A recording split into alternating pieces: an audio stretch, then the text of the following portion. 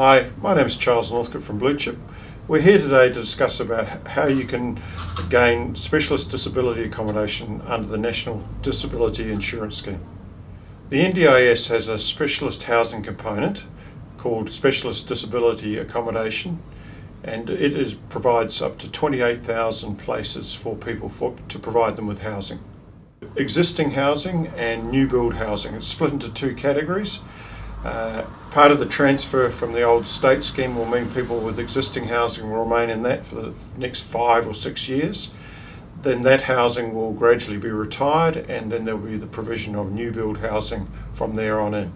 The SDA package is specifically for building new homes, and that is a payment that they receive alongside their other benefits for the provision of specialist disability accommodation. To be eligible for an SDA payment, you have to undergo an assessment. So you contact your occupational therapist, undergo that assessment, and then they will write you not only a care plan but a specialist housing plan.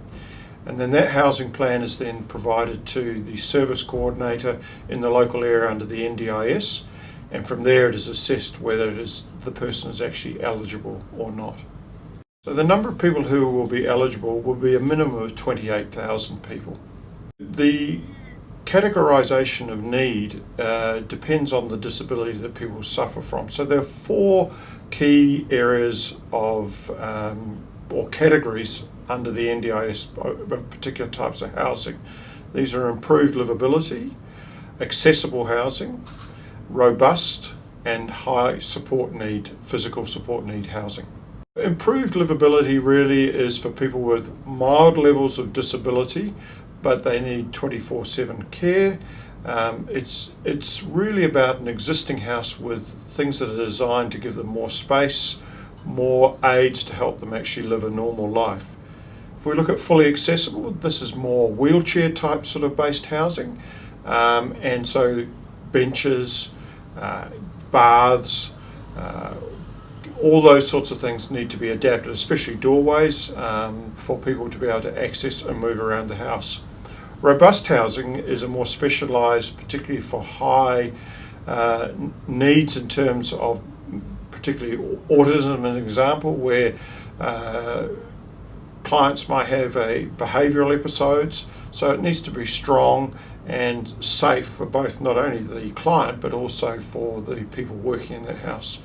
And finally, the other category is the high physical support. This is particularly where you have patients who have physical needs, they could be quadriplegia, who need 24/7 care and need such things as hoists to move them around, specialised baths.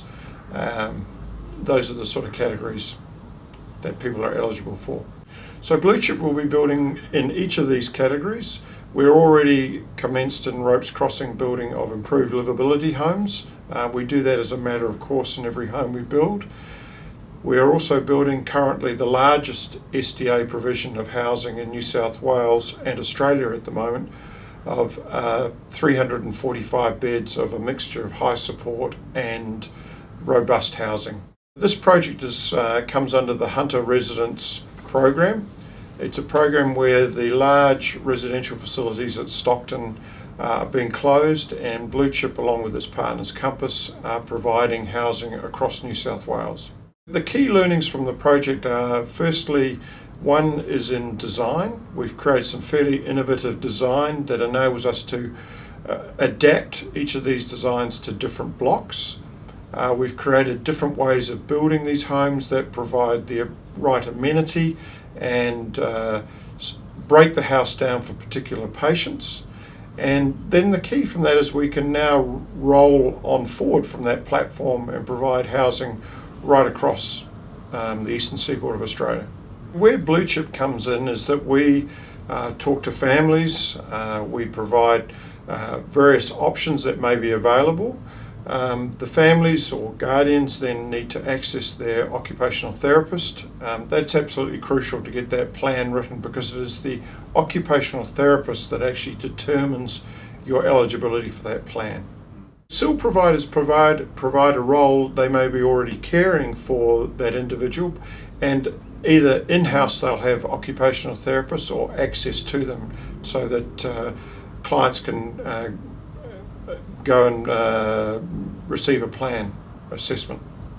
So the number of people that BlueCHP currently working with, if we exclude the Hunter Residence Program, which is over 345, we're currently working with now somewhere in the region of about 15 different families to look at their individual needs and helping them to then look at what they want and then go back and go to their occupational therapist to ensure that their plans are set out so that they can achieve an SDA plan.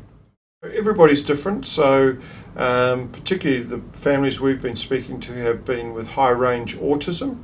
So these are very bespoke type sort of housing that we'll be helping them design and then proceeding to build.